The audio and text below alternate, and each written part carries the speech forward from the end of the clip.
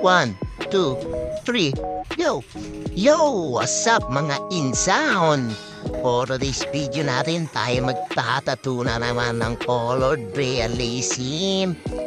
Ayan, at dito tayo mag-stencil na.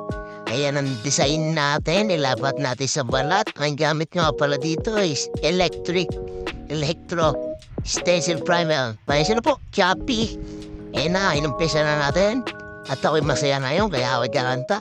When I miss you, when I'm gone. Ayun, kaya pangit ng boses. Kaya pinili ko magtato kaysa mag-singer.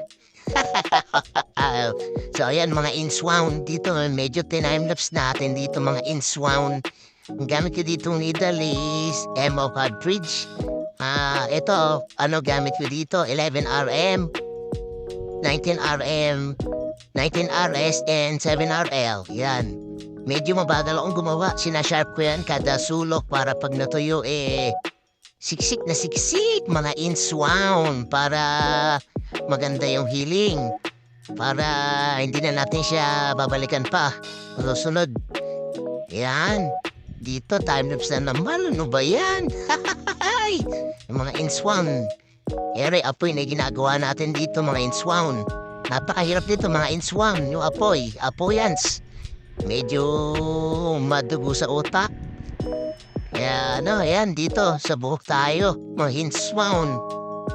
Ayan, si client nag-request ng design na gusto niya, siya lang yung meron na customize. Ayan, kaya pinagbigyan natin siya sa gusto niyang design, mga inswound. Ayan, mga inswound, papalo ng page natin, mga inswound. Eto dito, green. Eto, first time ko itong ginawa, yung ganitong kulay green. Medyo mahirap pala itong gawin, mga inswound. Kaya medyo natagal ako dito, mga inswound, sa part na ito. Ayan, kaskas lang na yung madumanay lang para... Naku po, pag nagkamali ako dito, patay na tayo. Kaya dito, nagbagal lang talaga ako dito, hindi ko kabisado. Iyon, pero salamat naman at nagawa ng maayos, mga inswound.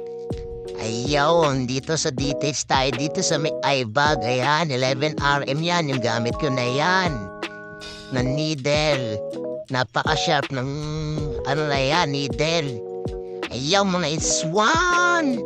When I miss you, when I'm gone.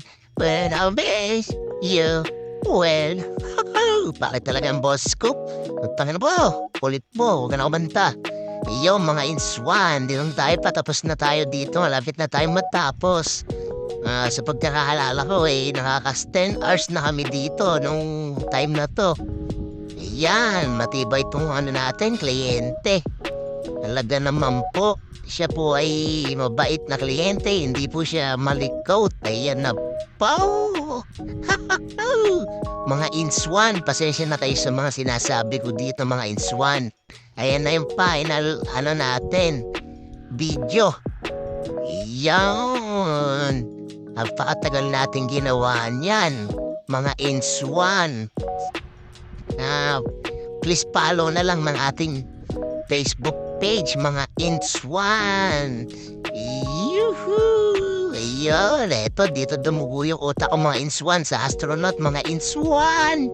Medyo pumalog yung tornilyo ko sa utak dyan, mga inswound. Ito na nga pala yung final photo natin. Woohoo!